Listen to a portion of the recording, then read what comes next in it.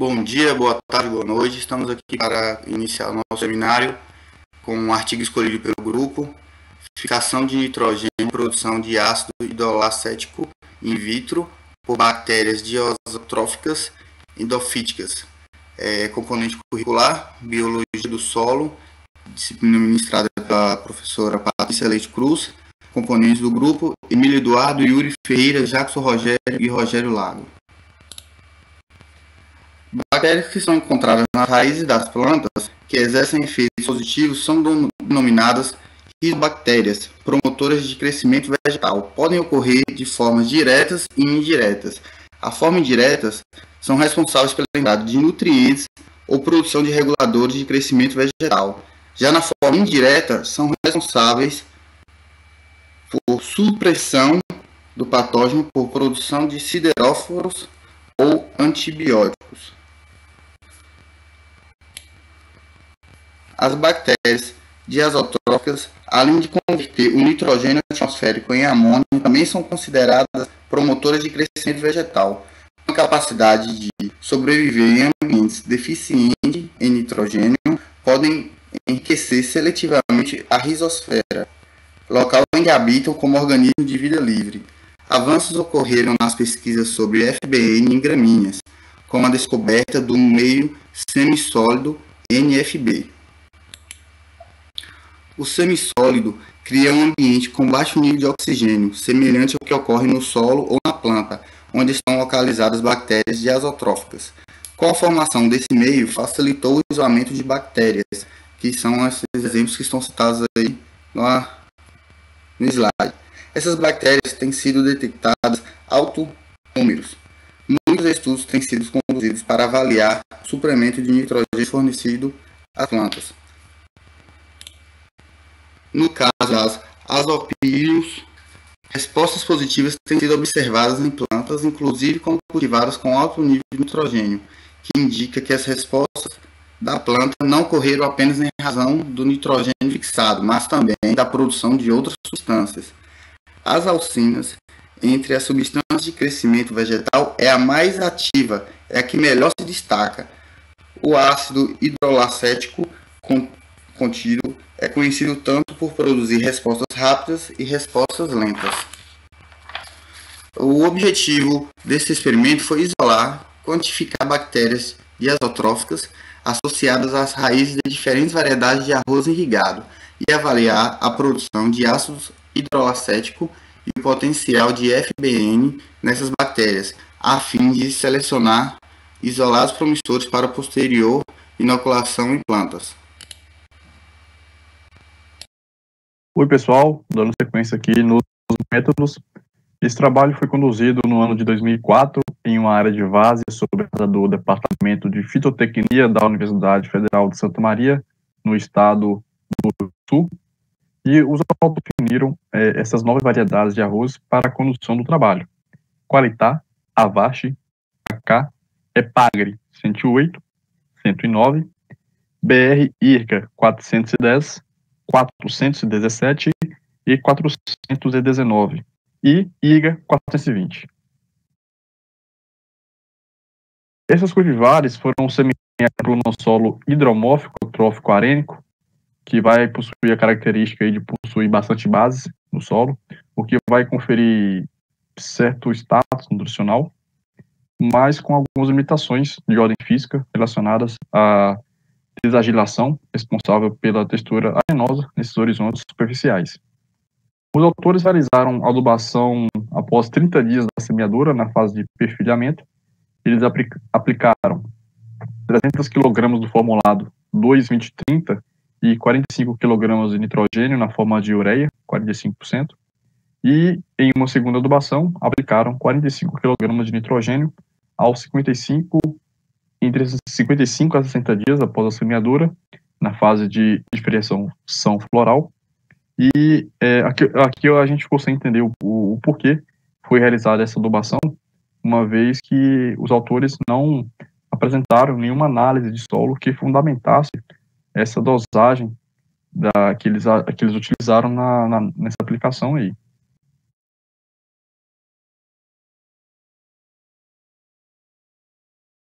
As plantas utilizadas para retirada, contagem e isolamento das bactérias foram coletadas no fim do ciclo do desenvolvimento da planta, pouco antes da época de colheita. As bactérias foram isoladas e alocadas em meios semissólidos, livres de nitrogênio. Cada bactéria ficou em um meio específico, totalizando 5 meios: NFB, JNFB, JMV, LGI e LGIP. A contagem da população de bactérias foi realizada pela técnica do número mais provável, com a sigla NMP, certo? Após o crescimento bacteriano, eles armazenaram em congelador em menos 14 graus, até que fossem chegado o momento da análise.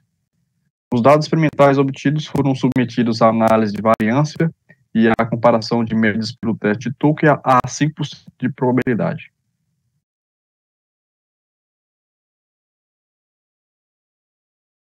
Olá, sou Hermílio Eduardo e com a análise dos dados experimentais foi construída uma tabela onde foram colocados os valores das populações de bactérias endofíticas e a porcentagem de isolados dessas bactérias. A porcentagem de isolados estão entre parênteses e o número de populações de bactérias são os números que apresentam as letras.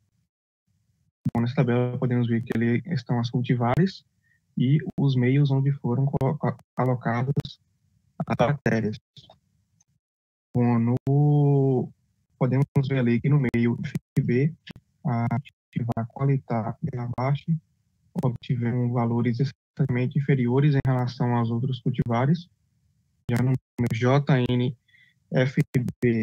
a cultivar é Pagre 109, a IRGA 420 e a IRGA 410, foram as que apresentaram maiores valores de população de bactérias. E a cultivar qualitar e a Avast apresentaram menores valores no meio JNFB.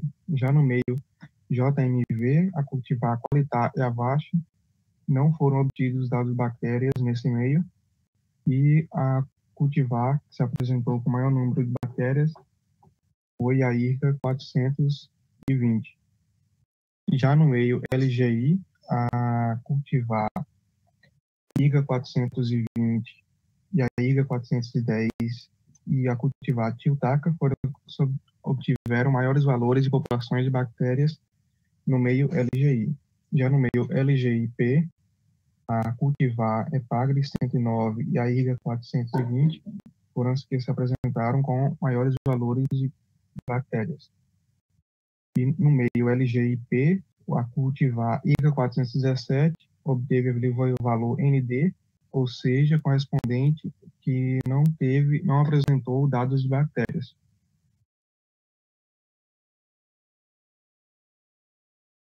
Bom, quanto à porcentagem de isolados de bactérias, podemos observar que no meio NFB, a cultivar Avast apresentou um valor bem abaixo de porcentagem de isolados de bactérias, e a IRGA 409 e a IPAG 108 apresentaram maiores valores de porcentagem de isolados de bactérias. Já no meio JNFB, a cultivar Qualitar e a Avast apresentaram menores valores de isolados, já a IPAG 109 obteve maior valor. A JMV não apresentou dados de bactérias nem de isolados para cultivar Qualitar e Avast, e a IRGA 420 obteve maior valor de isolados. Bom, já no meio LGI, a Avast apresentou com maior porcentagem de isolados e a IPAG 109 apresentou com menor porcentagem. Já no meio LGIP, a IPAG 109 apresentou com maior porcentagem de isolados e a IRGA 417 não apresentou bactérias nesse meio, ou seja, também não apresentou isolados de bactérias. Bom, então, a partir disso, o que pode ter influenciado nessa diferença significativa entre esses cultivares? Porque alguns cultivares apresentou maiores valores de população de bactérias do que outros. Bom, isso pode estar relacionado aos fotoassimilados ou aos exudatos radiculares. Os fotoassimilados são compostos que são resultantes da fotossíntese e que vão servir de energia nas raízes para essas bactérias. Ou seja, quanto maior a quantidade de fotoassimilados, maior será a atração de bactérias na raiz. E os exudatos radiculares, a qualidade desses exudatos, os exudatos são compostos que são provenientes da raiz, são liberados pela raiz, esses compostos vão influir na atração também de micro-organismos, ou seja, a qualidade desses exudatos vai influenciar a preferência das bactérias pela cultivar e a espécie vegetal a ser colonizada, ou seja, quanto maior a quantidade de exudatos radiculares, melhor será a quantidade de bactérias, ou seja, as cultivares que apresentarem maior quantidade de fotoassimilados e exudatos radiculares terão maiores quantidades de bactérias.